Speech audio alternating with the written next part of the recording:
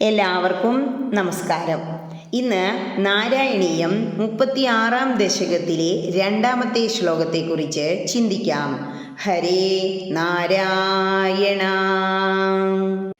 സത്യം കർത്തുമഥാർജുനസ്യ ച വരം തച്ഛക്തിമാത്രാനതം ബ്രഹ്മദ്വേഷി തദാഖിലം നൃപകുലം ഹന്തും ച ഭൂമേർഭരം സഞ്ജാതോ ജമദഗ്നിതോ ഭൃഗുകുലേ ത്വം രേണുകായാം ഹരേ രാമോ നാമ തദാത്മജേഷ്വരജ പിത്രോരഥാ സമ്മതം.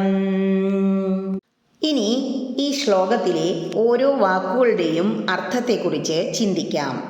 സത്യം കർത്തും ച, സത്യമാക്കുവാനും, എന്ത്, അഥ അർജുനസ്യ ച വരം, പിന്നീട് കാർത്തവീര്യാർജുനന് നൽകിയ വരം, തച്ഛക്തിമാത്രാനതം, ആ കാർത്തവീര്യാർജുനന്റെ പരാക്രമം കൊണ്ട് മാത്രം, ബ്രഹ്മദ്വേഷി ഭൂമേർഭരം തഥാ അഖിലം, ബ്രഹ്മദ്വേഷി ബ്രാഹ്മണദ്വേഷികളും, എന്താ അങ്ങനെ പറഞ്ഞ, ബ്രാഹ്മണരെ ദ്രോഹിക്കുന്നതും ഭൂമിക്ക് ഭാരമായി തീർന്നതുമായ, അതാണ് ഭൂമേർഭരം, തഥാ അഖിലം നൃപകുലം ഹന്തും ച, മുഴുവൻ രാജവംശത്തെയും നിഗ്രഹിക്കുവാനും വേണ്ടി, സഞ്ജാതോ അവതരിച്ചു, ആര്,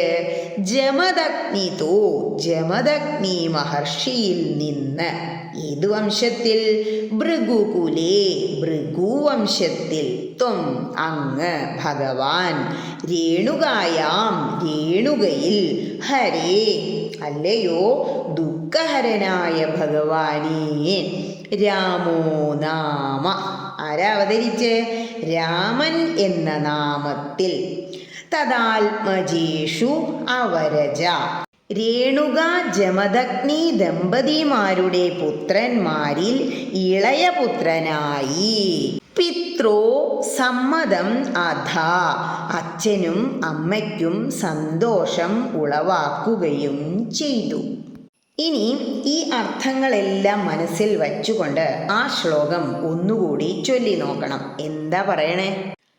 അല്ലയോ ദുഃഖഹരനായ ഭഗവാനെ, കാർത്തവീര്യാർജുനന് കൊടുത്ത വരം സത്യമാക്കി തീർക്കാനും, ബ്രാഹ്മണദ്വേഷികളും അർജുനന്റെ ശക്തി മൂലം അടങ്ങി വാണിരുന്നവരും ഭൂമിദേവിക്ക് ഭാരമായി തീർന്നിരുന്നവരുമായ ക്ഷത്രിയ കുലത്തെ മുഴുവൻ നിഗ്രഹിക്കാനുമായി അങ്ങ് ഭൃഗുകുലത്തിൽപ്പെട്ട ജമദഗ്നി മഹർഷിയുടെയും പത്നിയായ രേണുകയുടെയും ഏറ്റവും ഇളയ പുത്രനായി രാമൻ എന്ന നാമത്തിൽ ജനിക്കുകയും മാതാപിതാക്കൾക്ക് ആഹ്ലാദമുണ്ട്